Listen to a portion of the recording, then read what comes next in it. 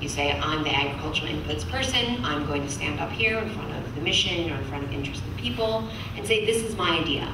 This is why I think it's important. This is why I think we really need to be putting US taxpayer dollars on this issue and not on one of the 4,000 other things we could work on.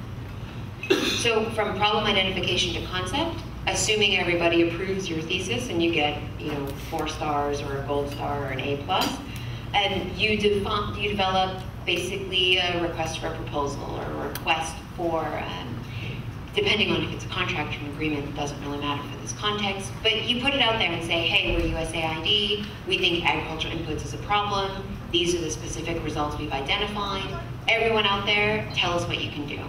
And so then we receive proposals, we take a look at them, we have a competition, pardon me, and that will effectively end in a winner.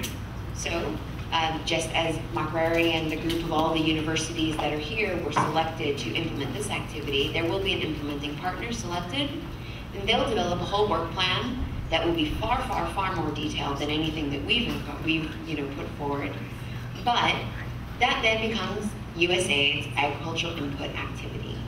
And so in any given mission, for example, in Uganda right now, I think we have 77 of such activities, not all ag inputs, but one that looks at HIV/AIDS counseling and testing, another one that looks at integrating agriculture and nutrition, another one that looks at biofortification for vitamin A-enriched orange flesh sweet potatoes, depending on the types of problems that are identified based upon the strategy.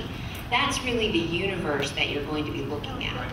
And so there will be all of these opportunities for engagement. And so just, again, you'll have strategy documents. You can engage with missions directly, but do not be surprised if they say, you want to learn about the vitamin A-enriched orange flesh sweet potato activity, go and talk to X, because they're the person who's responsible for implementing this activity.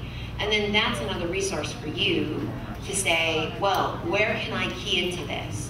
Where are you doing these activities, or where are you monitoring and looking at things of resilience? And that could be a huge value added. So I just wanted to add that and now open it up, I think, for questions. Yeah.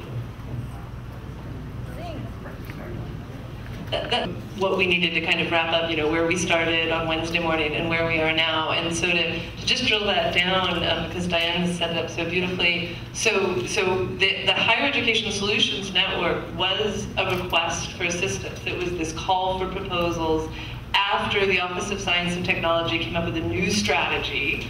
And the hypothesis was that if we engage new actors, new development partners, if we harness all of the brain power of faculty and research staff and students, we will be able to improve the impact and cost effectiveness of our development assistance.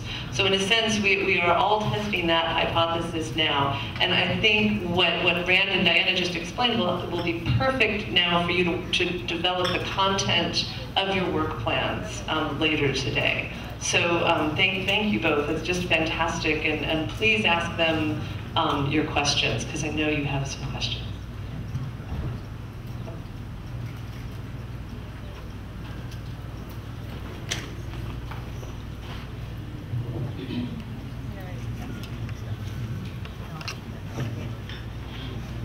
Good morning, everyone. My question goes to Ms. Karan. And since you say they are developers, I would like to ask how much are developers appreciated towards the development of their work? Because when you showed the process during the development process, we anticipate there are going to be milestones, we anticipate there are going to be other processes through which we are developing a product. So you work so hard. Here in Africa, mainly in low developing countries, people don't appreciate developers. So how much are developers and what solutions are you providing, or what are you giving us to take back on during that process when we are going to develop solutions? I wish I understood your question a little bit better. I don't know why you feel that way. I'm a developer, I feel wonderfully appreciated. Yeah, no, what happens basically is that you get to develop something, or you get to work onto something. When you provide a deliverable, people will not appreciate your work. Reason being, they are not willing to change. Not everyone wills to change towards technology. And if people will not be able to appreciate the work you've done, you will only be willing to work less to earn more, which is totally different.